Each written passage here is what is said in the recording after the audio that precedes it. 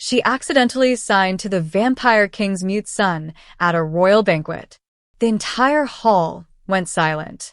What she didn't realize, she was the first person outside his tutor who'd ever spoken his language.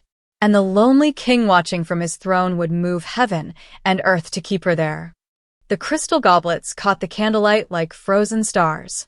Lena's hands trembled as she balanced the silver tray, weaving between lords in velvet cloaks and ladies dripping with jewels. 3 months working in the palace, and she still wasn't used to the weight of vampire eyes following her every move. "More wine for Lord Cassius," hissed the head servant, shoving her toward the high table. Lena's heart hammered. The high table, where the king sat today. She'd seen King Aldrich only from a distance, a figure carved from marble and shadows, with eyes that could freeze blood in your veins. Tonight, he wore black armor even at dinner, as if expecting war to break out between the soup and dessert courses. But it wasn't the king that made her pause. It was the small boy sitting beside him. Prince Alaric couldn't have been older than 7. While nobles laughed and clinked glasses around him, the child sat perfectly still, staring at his untouched plate. His dark hair fell across pale cheeks, and his small hands rested in his lap like wounded birds. No one spoke to him. No one even looked at him. Lena approached the table, her footsteps silent on the marble floor. She reached for the king's empty goblet, her movements careful and rehearsed. "Don't make eye contact. Don't speak unless spoken to. Don't." A servant rushing past knocked her elbow. Time slowed to a crawl. The tray tilted. 3 crystal goblets slid toward the edge, spinning through the air in a cascade of silver and glass. They crashed onto the table directly in front of Prince Alaric, red wine exploding across the white tablecloth like fresh blood. The entire hall went silent. 500 conversations died mid-sentence. Forks froze halfway to mouths. Even the musicians in the corner stopped playing, the final note hanging in the air like a held breath. Lena's knees hit the floor. "Forgive me, Your Majesty, But her eyes found the prince first. Wine had splattered across his sleeve. A shard of crystal rested inches from his hand. Yet the boy didn't flinch, didn't cry out. He simply stared at the mess with wide, dark eyes, his small body rigid with fear he couldn't voice. Without thinking, Lena's hands moved. "Are you okay?" She signed it quickly, instinctively, the same way she'd signed to her little brother back in the village before the fever took him. Her fingers formed the familiar shapes, the gesture for "you," the concerned expression, the questioning tilt. Prince Alaric's head snapped up. His eyes met hers, truly met them for the first time.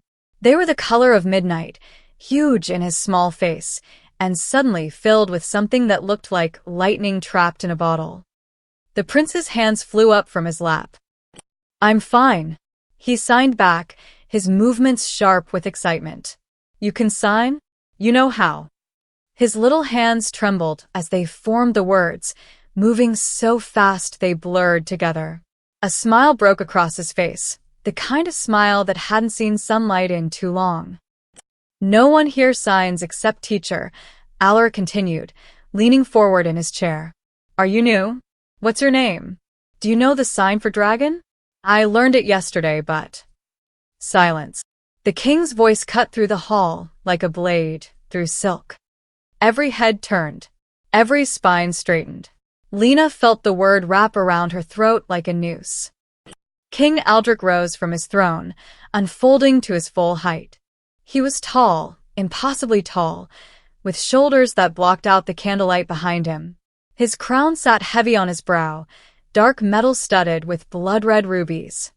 He wasn't looking at Lena. He was looking at his son. Prince Alaric's hands froze mid-sign. The smile slid from his face, replaced by that terrible stillness Lena had seen before. The boy's eyes dropped his lap, and his shoulders curled inward, making him even smaller than he already was. The king's gaze shifted to Lena. She couldn't breathe, couldn't move. His eyes were the color of winter storms, and just as cold. "You," he said quietly. Stand. Lena's legs barely supported her weight as she rose. Around the hall, nobles whispered behind jeweled hands. She caught fragments of their words. Signed to the prince. Never seen him respond to anyone. Just a human servant. How dare she? King Aldrich descended from the platform, each step deliberate. The crowd parted before him like water before a ship's bow. He stopped 3 paces from Lena, close enough that she could see the silver threading through his dark hair, the faint scars on his knuckles that spoke of old battles. "Where did you learn that?" His voice was quiet, but it carried through the silent hall like thunder. "At my village, your majesty," Lena's voice cracked. "My brother was born deaf. I learned to speak with my hands, so he wouldn't be alone." The king's expression didn't change. "Your brother. Where is he now?" "Dead, sire. 5 years ago." Something flickered across the king's face, too quick to name. He glanced back at Prince Alaric, who was watching them with desperate, pleading eyes. The nobles waited for the king's judgment. A few looked eager, hoping for entertainment. Others seemed uncomfortable, perhaps remembering their own humanity buried deep beneath centuries of immortal pride. King Aldrich turned to his steward, a thin vampire with silver spectacles who stood near the throne. "Find this woman's name and post. Report to my study within the hour." He returned to his seat without another word. The musicians began playing again, tentatively at first, then with growing confidence. Conversations resumed. Servants rushed forward to clean the spilled wine and broken crystal. But Prince Alaric's eyes never left Lena as she was ushered away. His small hands moved one final time, hidden beneath the table, where only she could see. "Thank you." Lena spent the next hour in the servants' quarters, waiting for the executioner's summons. The other servants gave her pitying looks and wide berth, as if misfortune might be contagious. "You're the girl who spilled wine on the prince?" an older woman asked, shaking her head. "Best make peace with whatever god you pray to, child." But when the steward finally arrived, he didn't bring guards. He brought instructions. "You are to report to the East Wing kitchen at dawn," he said, adjusting his spectacles. "You'll be assigned to the morning shift. Your duties will include preparing and delivering the breakfast service to the prince's courtyard." Lena stared at him. I'm not being dismissed." "Dismissed?" The steward's lips twitched. "No, girl. You're being promoted." He left before she could ask what that meant. That night, Lena lay awake in her narrow bed, replaying the moment over and over. The way the prince's entire face had transformed when she'd signed to him. The way his hands had moved, so fast, so eager, so desperately happy. And the way the king had looked at his son afterward, when he thought no one was watching. Not with anger. With something that looked almost like longing. The king's private study smelled of old leather and older secrets. Shadows gathered in the corners despite the fire burning in the hearth, as if even light knew better than to push too far into Aldrich's domain. He stood by the window, watching the moon paint silver streaks across the palace gardens. Behind him, his steward waited with the patience of someone who'd served for 3 centuries. "The human waitress," Aldrich said without turning. "What do you know of her?" The steward consulted his leather-bound ledger. "Lena Thorne, your majesty. 22 years of age. Arrived from the eastern villages 3 months ago seeking work. Her references indicate reliability and..." The sign language, Aldrich's fingers pressed against the cold glass. "How does a village girl learn such things?" "She had a younger brother, sire. Born without speech or hearing. She learned to communicate with him before he succumbed to illness." The steward paused. "The village priest taught them both. Apparently, it's a language used in certain human monasteries for silent prayer." Aldrich closed his eyes. He'd hired 7 tutors for Alaric over the past 2 years.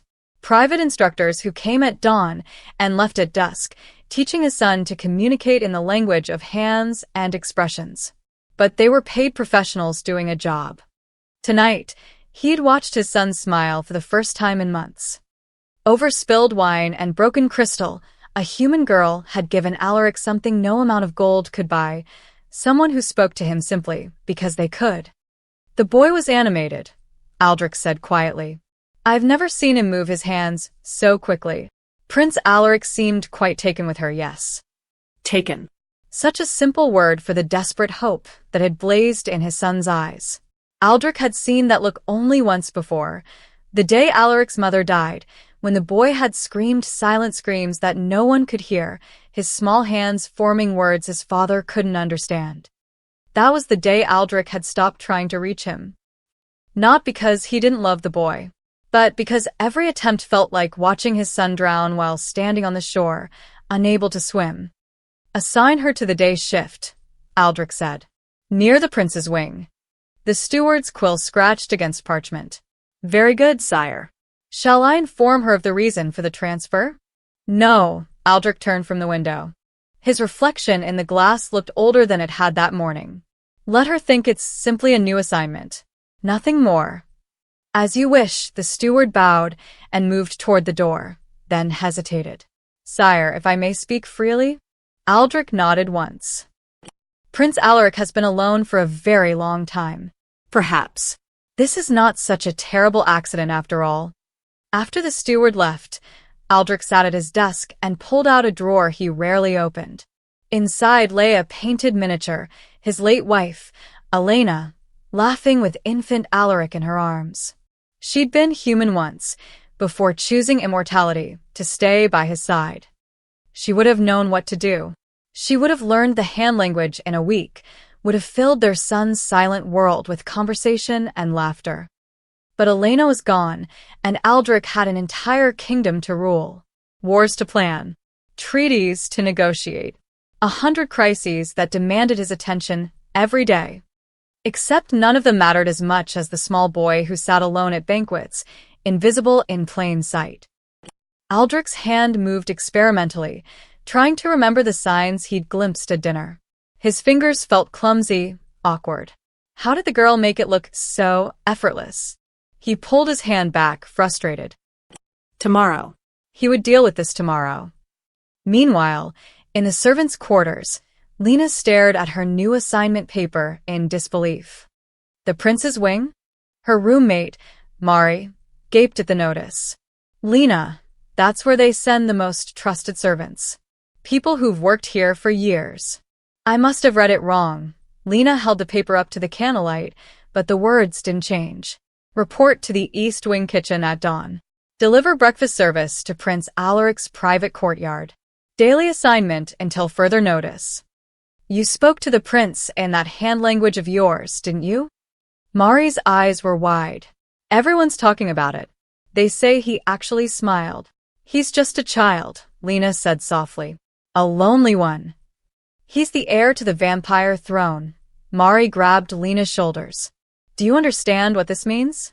The king doesn't do anything by accident. He's putting you near his son deliberately. A chill ran down Lena's spine. Why would he do that? Maybe he wants to see if it was a fluke. Or maybe, Mari's voice dropped to a whisper. Maybe he's testing you, seeing if you're a threat. I'm not a threat to anyone, but Lena's hands trembled as she folded the assignment paper. The prince looked so scared when the glass broke. I wanted to make sure he was all right. Well, tomorrow you'll get your chance to make sure again. Mari squeezed her arm. Just be careful, Lena. The royal family isn't like us. They don't think like us.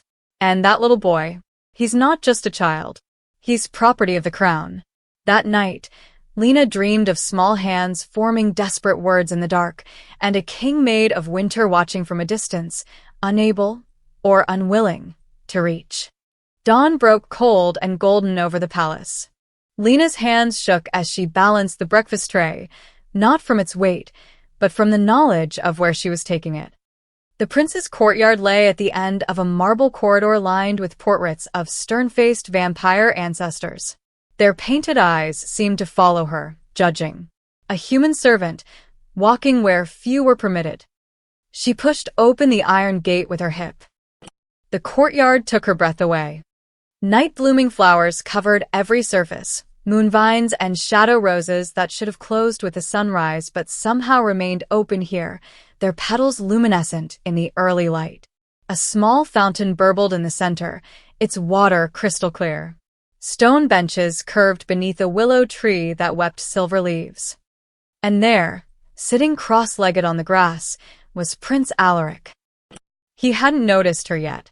His attention was fixed on something in his hands, a small bird's nest, cradled carefully in his palms. He was examining it with the serious concentration only children could muster, his dark hair falling into his eyes. Lena set the tray on a nearby table. The soft clink of porcelain made Alaric's head snap up. His eyes widened.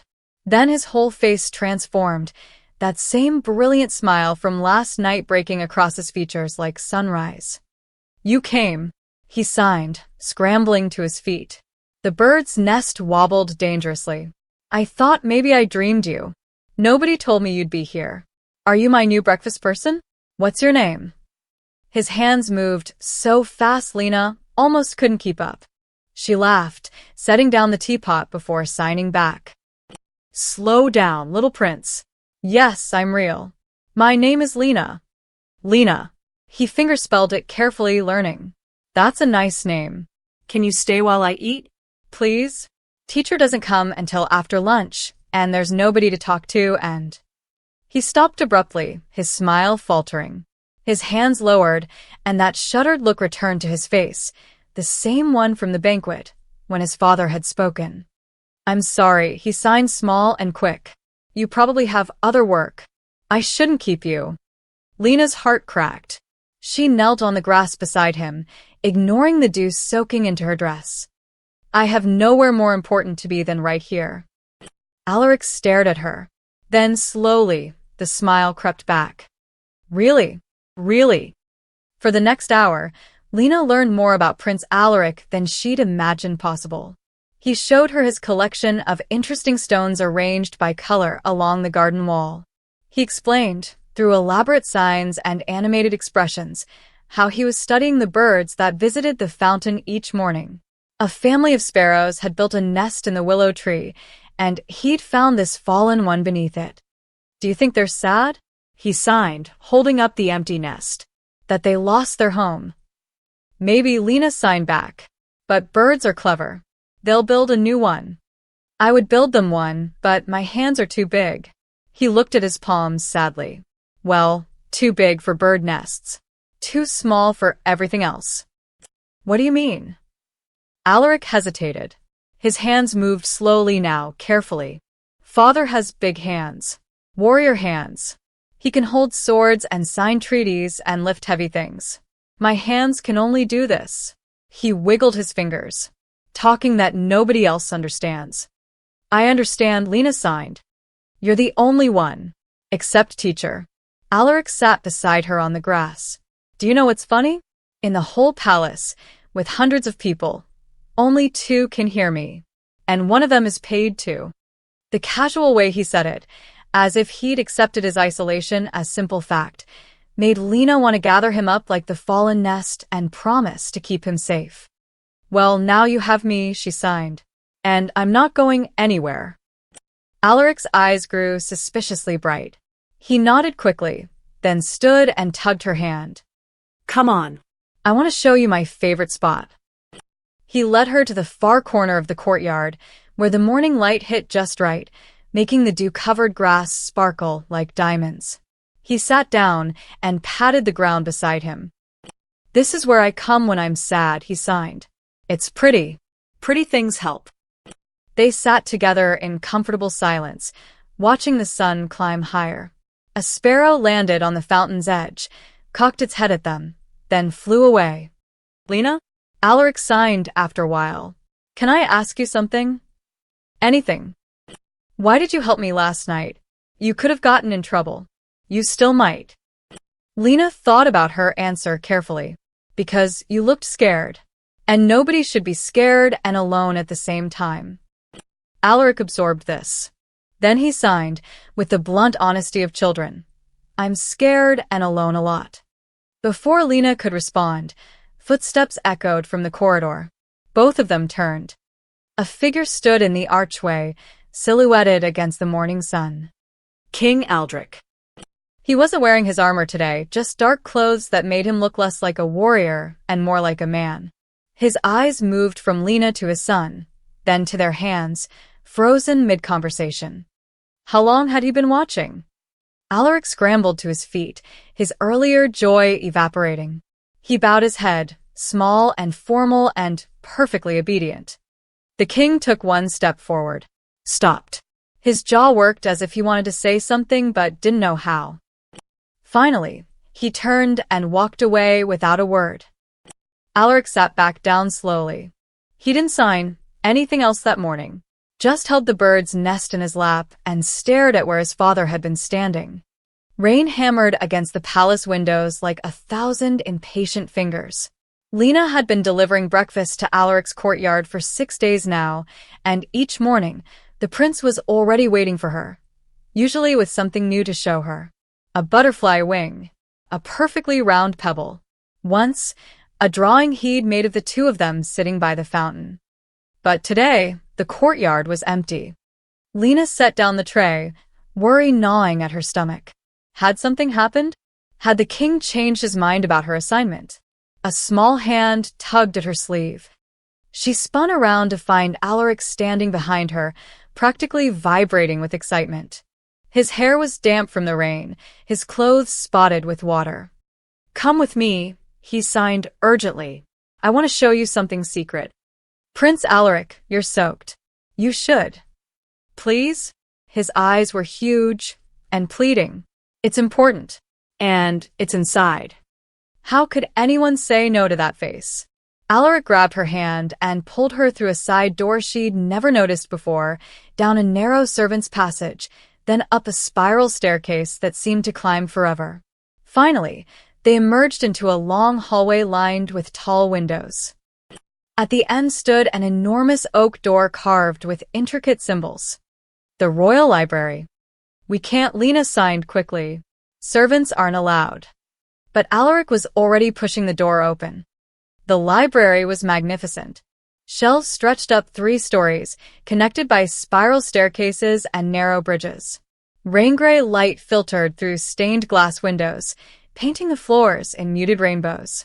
The smell of old paper and leather hung thick in the air. "Isn't it wonderful?" Alaric signed, his face glowing. "Nobody comes here anymore. Father's too busy.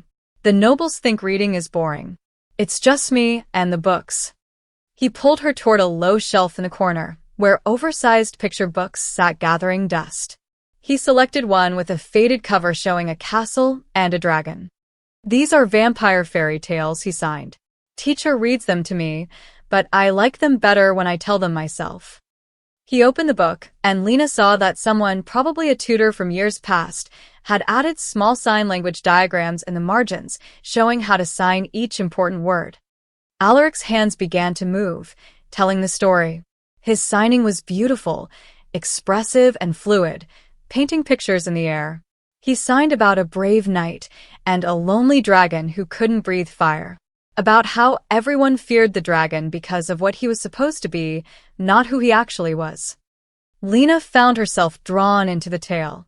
When Alaric signed the part where the dragon finally roared, not with fire, but with wind that carried flower petals, she acted it out, sweeping her arms wide and making him laugh silently, his small shoulders shaking with mirth.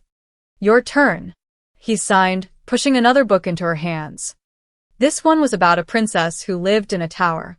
Lena signed the story, exaggerating her expressions, making Alaric's eyes grow wide at the scary parts and light up during the happy ones. When she signed about the princess dancing alone in her tower, she stood and twirled, nearly knocking over a stack of books. Alaric clapped his hands, not making sound, but the gesture of applause anyway. He jumped up to join her, and they spun together between the bookshelves, the forbidden library transforming into a stage for stories only they could tell. They didn't hear the door open. "Alaric." The king's voice cut through their joy, like a blade through silk. Lena's heart stopped. She dropped into a curtsy, so fast her knees hit the floor, pain shooting up her legs. Beside her, Alaric froze mid-spin, his arms falling to his sides. King Aldrich stood in the doorway, rain dripping from his dark cloak. His expression was unreadable, carved from stone, revealing nothing. "Forgive me, Your Majesty," Lena gasped. "I didn't mean to. The prince wanted to show me. I should have refused." Stand. She obeyed, legs trembling. This was it. She'd be dismissed.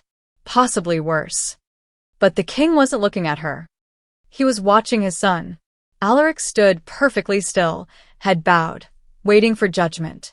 All the light had gone out of him, replaced by that terrible resigned stillness. The king stepped into the library. His boots echoed on the marble floor. He walked past Lena, past the scattered books, until he stood directly before Alaric. Then he did something unexpected. He knelt, brought himself down to his son's level, his cloak pooling around him like spilled ink. Alaric's head came up slowly, confusion written across his small face. The king's hand moved, clumsy, uncertain, forming a single sign. One Lena had taught him during their morning conversations, though Alaric couldn't know that. Happy. It was rough, the fingers not quite right, but the meaning was clear. "You look happy," the king tried to sign, though his hands stumbled over the words. Alaric's eyes went wide. His mouth opened in a silent gasp. The king looked at Lena then, and she saw something in his expression she hadn't expected. Not anger, not suspicion. Desperation. "Stay," he said quietly. "Continue." He moved to a chair near the window, far enough to give them space, close enough to watch. He didn't pick up a book or pretend to work. He simply sat and observed as Alaric, after a long moment of shock, slowly picked up the storybook again. "Should we?" Alaric signed hesitantly to Lena. She glanced at the king. He nodded once. So they continued. Alaric signed his stories and Lena acted them out, and occasionally, very occasionally, Alaric would look over at his father, as if checking to make sure this wasn't a dream. The king watched his son speak with his hands, and though he couldn't understand most of it, he didn't look away. Not once.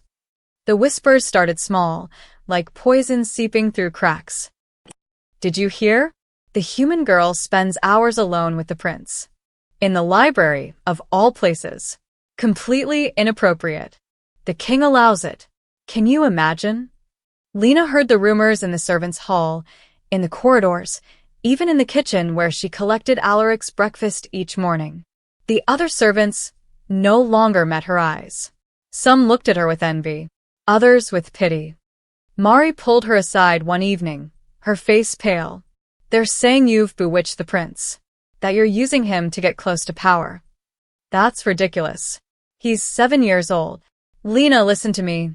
Mari gripped her shoulders. "Lord Cassius spoke to the council yesterday.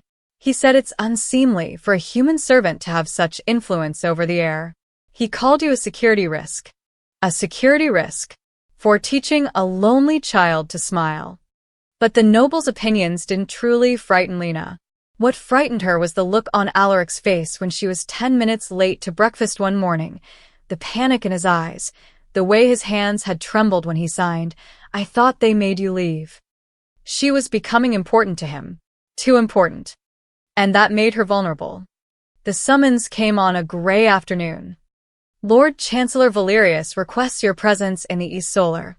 A guard informed her, his expression carefully neutral. Lena's stomach dropped. The Lord Chancellor was the king's chief advisor, second only to Aldrich himself in authority. His word could end her career or her life.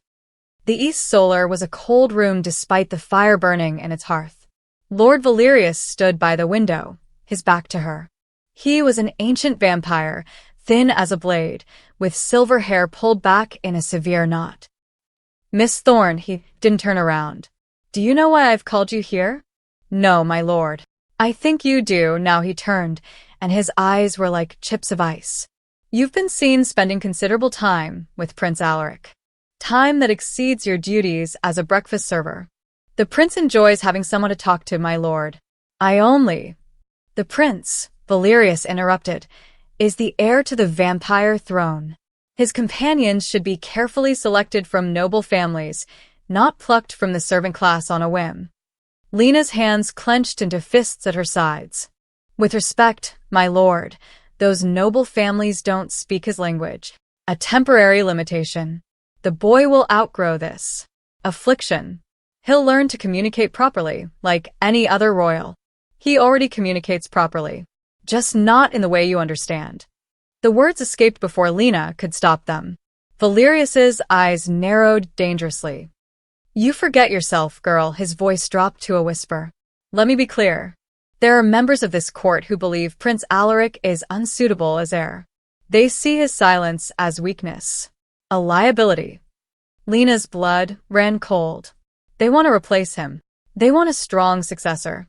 One who can address the council, negotiate with foreign dignitaries, command respect. Valerius moved closer, circling her like a predator. Your presence complicates matters. You make the prince comfortable in his isolation. You enable his refusal to adapt. I help him feel less alone. You help him remain helpless. Valerius stopped in front of her. The kindest thing you could do for Prince Alaric is to distance yourself. Let him struggle. Let him learn to survive in a world that won't sign back to him. That's cruel. That's reality. Valerius's expression softened slightly, or perhaps it was a trick of the light. I'm not a monster, Miss Thorne. I've served this kingdom for 4 centuries. I've seen weak rulers destroy nations. Prince Alaric needs to be strong, not coddled. He walked to his desk and pulled out a sealed letter. This is a transfer order. You'll be reassigned to the South Wing, effective immediately. Better wages, lighter duties. You'll never have to see the prince again. Lena stared at the letter as if it were a snake. And if I refuse, then you'll be dismissed entirely. No references. No final wages. Valerius set the letter down between them. Take the night to consider. But understand, this is not a negotiation. It's mercy. Lena went to the courtyard the next morning, her heart heavy as stone. She'd spent all night wrestling with the decision. Take the transfer and save her livelihood, or refuse and lose everything. But when she saw Alaric waiting by the fountain, her choice became clear. He knew immediately something was wrong. What happened? He signed, rushing over. You look sad. I'm fine, Shalit. You're lying. His small face was fierce. Your hands are doing the thing they do when you're upset. All stiff. Did I do something wrong? Alaric's signs grew smaller, more hesitant. I can be quieter during our lessons. I won't ask you to stay so long. Please don't be angry with me. Oh, sweetheart, no. Lena knelt and took his hands in hers. You did nothing wrong. Nothing. Then what? How could she explain that his world was full of people who saw him as a problem to be solved? That they wanted her gone because she made him happy. Some people think I spend too much time with you, she signed carefully. Alaric's face crumpled. Father. No. Other people. People who don't understand. They never understand, he signed, and the resignation in those small hands broke her heart. It's okay. You can go. Everyone leaves eventually. The casual acceptance in his signs, as if abandonment was just another fact of life, like rain or sunrise, made Lena's decision for her. I'm not going anywhere, she signed fiercely.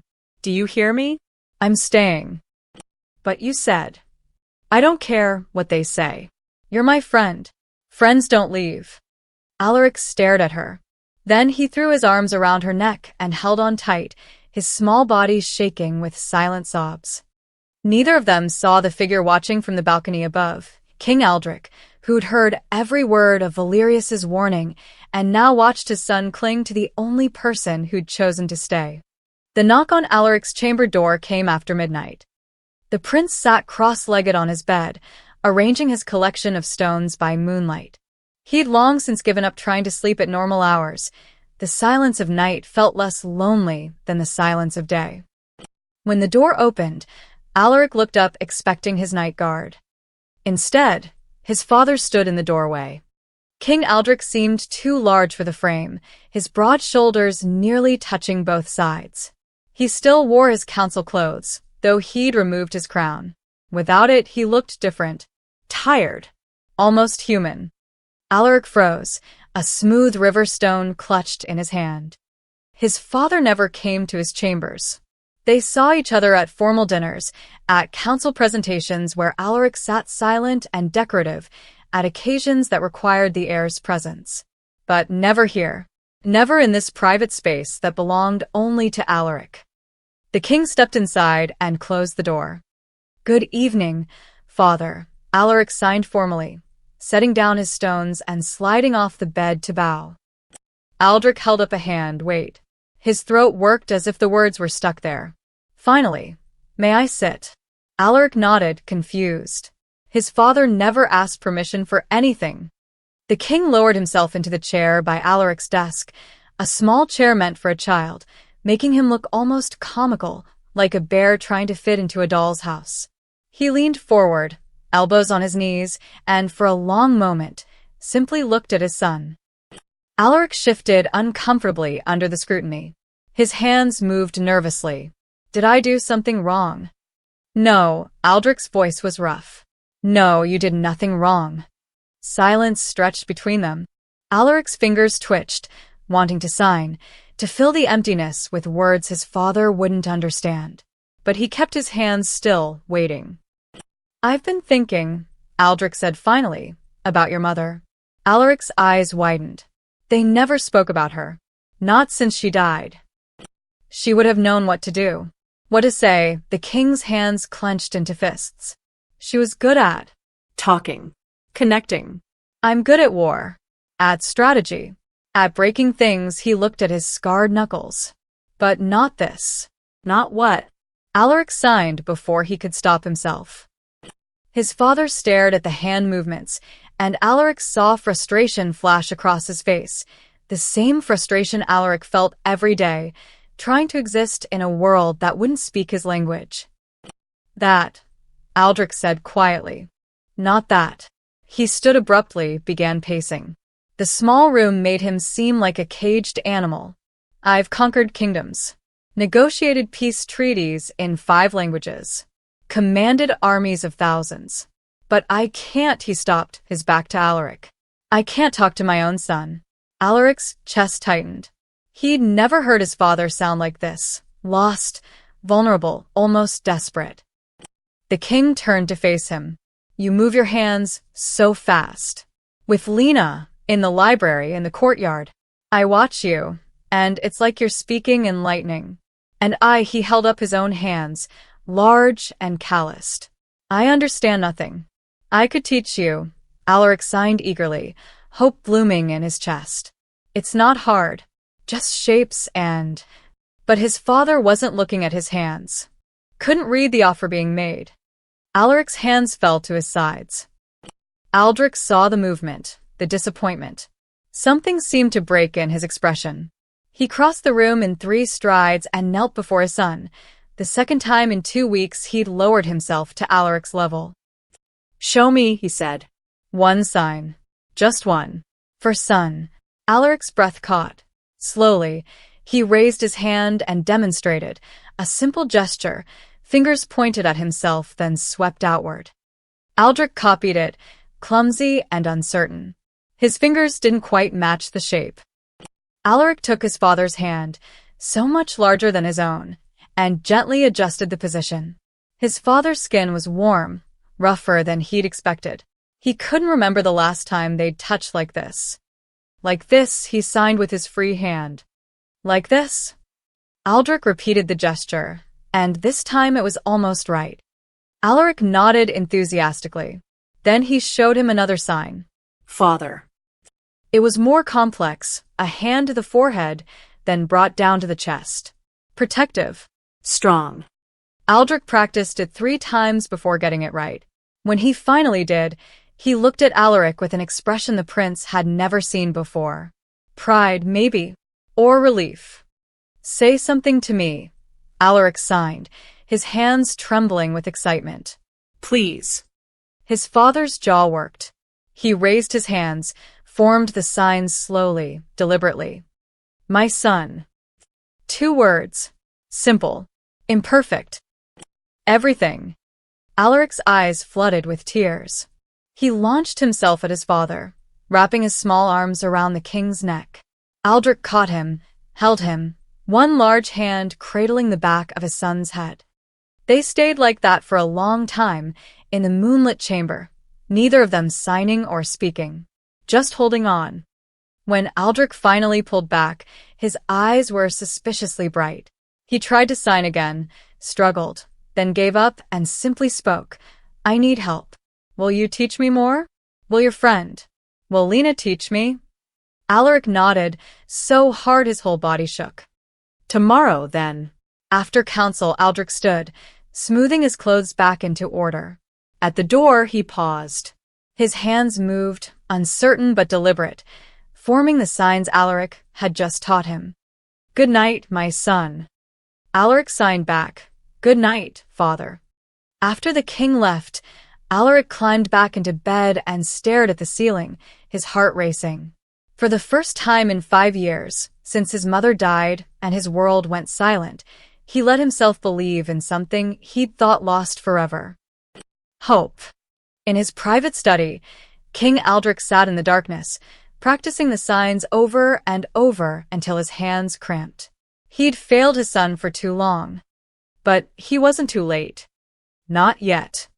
The spring procession was the kingdom's oldest tradition, a celebration of renewal, when the royal family greeted their subjects from the grand balcony and accepted their blessings for the coming season. In 7 years, Prince Alaric had never participated. "The boy will be a distraction," Lord Valerius had argued every year. "Better to keep him inside until he's older. More capable." But this year, when the council convened to discuss the ceremony, King Aldrich's voice cut through the debate like a sword through silk. "My son will stand beside me." The council chamber fell silent. "Your Majesty," Lord Cassius ventured carefully, "with all due respect, the prince cannot address the people. It would be awkward for everyone involved." "He will stand beside me," Aldrich repeated, his tone allowing no argument. "And Miss Thorne will accompany us as his interpreter." The murmurs rose like a swarm of angry bees. A human servant on the royal balcony? Interpreting for the air? Unthinkable. Unprecedented. Aldrich let them protest. Then he stood, and the chamber quieted. "My son is the heir to this throne." It's time the kingdom saw him not as a silent shadow, but as their prince. His eyes swept the room, daring anyone to challenge him. "This discussion is over." The morning of the procession, Lena's hands shook so badly she could barely lace her dress, a new one, deep blue with silver threading, provided by the king's steward. "Appropriate for the balcony," he'd said, as if it were perfectly normal for a servant to stand beside royalty.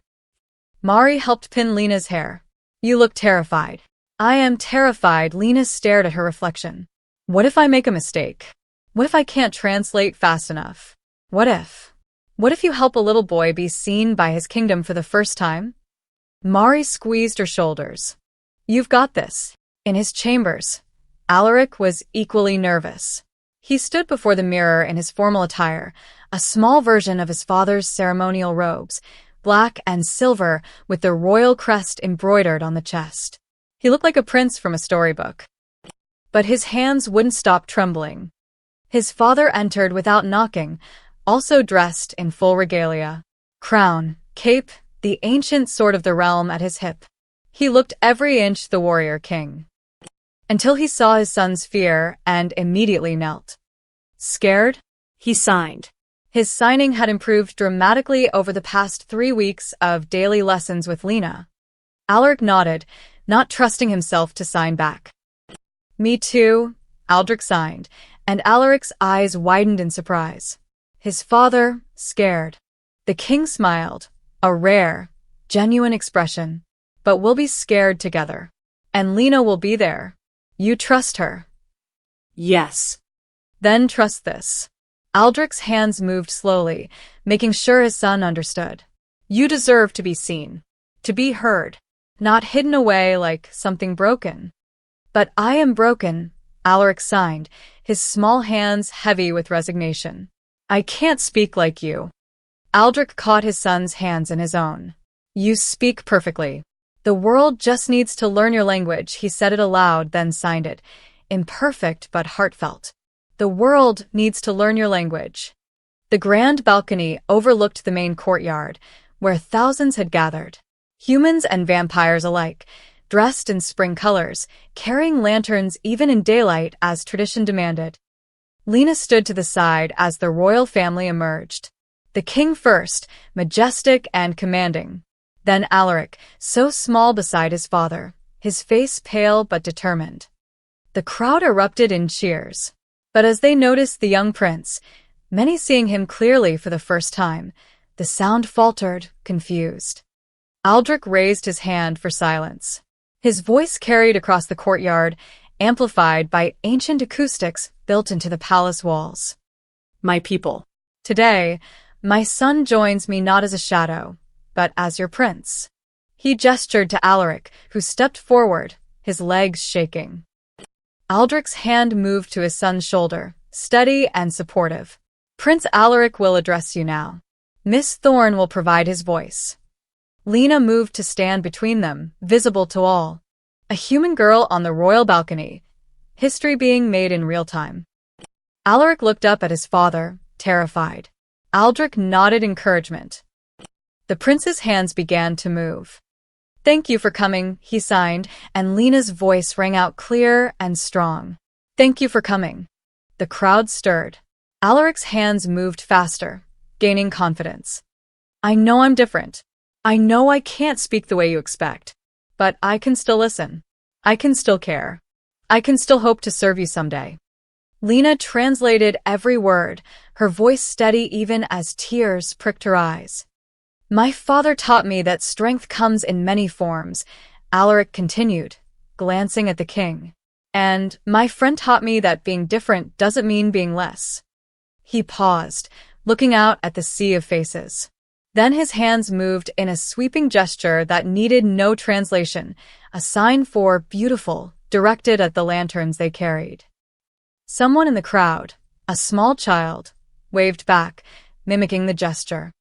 Then another person signed hello, clumsy and uncertain. Then another. A ripple of movement spread through the crowd as people began raising their hands, attempting simple signs, trying to speak back to their prince in his own language. Alaric's face transformed. His signs became animated, joyful, as he told them about the spring flowers in his courtyard, about birds and stories and hope. And beside him, King Aldrich raised his own hands. "Proud," he signed for all to see. "Proud of you." The crowd understood the gesture even without translation. The emotion was universal. The cheers that erupted weren't polite ceremony. They were genuine, thunderous and warm, washing over the balcony like a wave. For the first time, Prince Alaric wasn't invisible. He was seen. The lanterns floated like fallen stars over the city, thousands of them drifting upward into the twilight sky. From the palace balcony, a private one this time, far from ceremony and crowds, 3 figures watched in comfortable silence. Alaric sat between his father and Lena, his legs swinging over the edge of the stone bench, still wearing his formal robes though he'd convinced someone to remove the stiff collar. His face glowed with lingering excitement, cheeks flushed from the day's events. "Did you see how many people tried to sign back?" His hands moved rapidly, the way they always did when he was happy. There was a little girl in a yellow dress who signed hello and thank you, and I signed back, and she smiled so big and brave. Lena signed, laughing silently. Alaric grinned, but didn't slow down. "And the baker from the East Market, he signed bread and asked if I liked bread, and I said yes, and he looked so happy that I understood, and—" "What's he saying?" Aldrich asked, leaning forward. His signing had improved, but Alaric's excited speed still outpaced his ability to follow. "He's recounting everyone who signed to him today," Lena translated, warmth in her voice. "All 47 of them. In detail." Aldrich's expression softened. He reached over and gently caught one of his son's flying hands. "Slow down," he signed carefully. "I want to understand." Alaric took a breath and started again, slower this time, making sure his father could follow. He signed about the crowd, about the feeling of being seen, about not being invisible anymore. And Aldrich understood most of it. Not all. There were still signs he didn't know, concepts he couldn't quite follow. But enough. More than enough. When Alaric finished, the king's hands moved deliberately. Proud of you. So proud. It was the same sign he'd made on the grand balcony, but somehow it meant more here, in private, with no audience to perform for. Alaric threw his arms around his father's waist, and Aldrich pulled him close. One large hand, cradling the back of his son's, had the way he used to when Alaric was an infant, before the silence had grown between them like a wall. Thank you, Aldrich said quietly to Lena over his son's head. For giving him back to me. I didn't do anything, Lena replied. I just listened. You did everything. The king's eyes were bright in the lantern light. You saw him when the rest of us were blind. A comfortable silence settled over them as they watched the lanterns drift higher, carrying the city's wishes and prayers into the night sky. After a while, Alaric pulled away from his father and signed something Lena couldn't quite catch. The king frowned, trying to follow, then looked to Lena for help. He's asking if you'll tell him a bedtime story, she translated. In sign language. So he can understand every word. Aldrich's expression flickered, uncertainty, fear of failure, then determination. I can try, he signed, but I'm not good at stories. You don't have to be good, Alaric signed back. You just have to be here. Something in those words struck Aldrich deeply. Lena saw it in the way his shoulders dropped, the way his breath caught. I'll leave you two alone, she said, starting to rise. No. Alaric signed urgently. Stay. Please. You're part of this too. So she stayed. King Aldrich, ruler of the vampire realm, conqueror of kingdoms, began to sign a story, clumsy and slow, frequently pausing to ask Lena for help with signs he didn't know. It was about a warrior who'd forgotten how to be gentle, and a small bird who taught him to listen instead of fight. It wasn't a very good story. The plot wandered. The signs were imperfect. But Alaric watched his father's hands with complete focus, his dark eyes shining, and when Aldrich signed the part where the warrior finally understood the bird's song, the prince smiled so wide it looked like his face might split in half. When the story ended, Alaric clapped his hands in the silent applause Lena had taught him, bouncing with delight. Again, he signed. Tell another one. It's late, Aldrich signed back, but he was smiling. Tomorrow. Promise. Promise. Alaric yawned despite himself, the excitement of the day finally catching up with him. Aldrich stood, lifting his son easily. 7 years old, was still young enough to be carried, though not for much longer. At the doorway, the king paused and turned back to Lena. His free hand moved, forming signs that had taken him hours to practice in private. Thank you for teaching me to see my son. He was always there, Lena signed back. You just needed to learn his language. We all did, Aldrich agreed. Then, with his son drowsing against his shoulder, he added, Tomorrow, I'm issuing a royal decree. Sign language will be taught throughout the palace, to the guards, the servants, the council members. Everyone. Your Majesty, that's. It's not enough. But it's a start. His expression was serious now, regal. No child in my kingdom should feel invisible because the world won't learn their language. And no parent should be separated from their child by something as simple as words. He carried Alaric away, the prince's small hand trailing behind them, fingers moving sleepily in unconscious signs even as he drifted toward dreams. Lena remained on the balcony, watching the last lanterns disappear into the stars. She thought about the terrified girl who'd spilled wine 3 weeks ago, certain she'd be executed for speaking to a prince. About a lonely boy who'd learned that being different meant being invisible.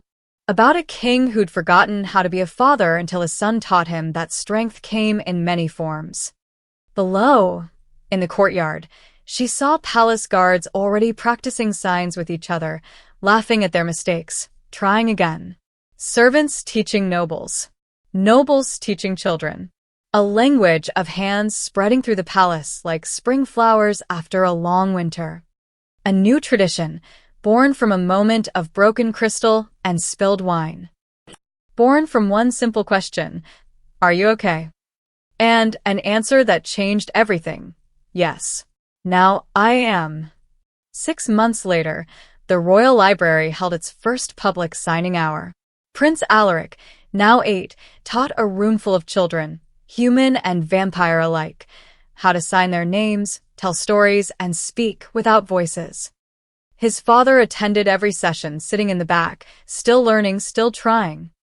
Still there. And when Alaric signed his stories, hands moving like lightning, painting pictures in the air, the entire room understood. Finally, the silent heir had found his voice. And the kingdom had learned to listen.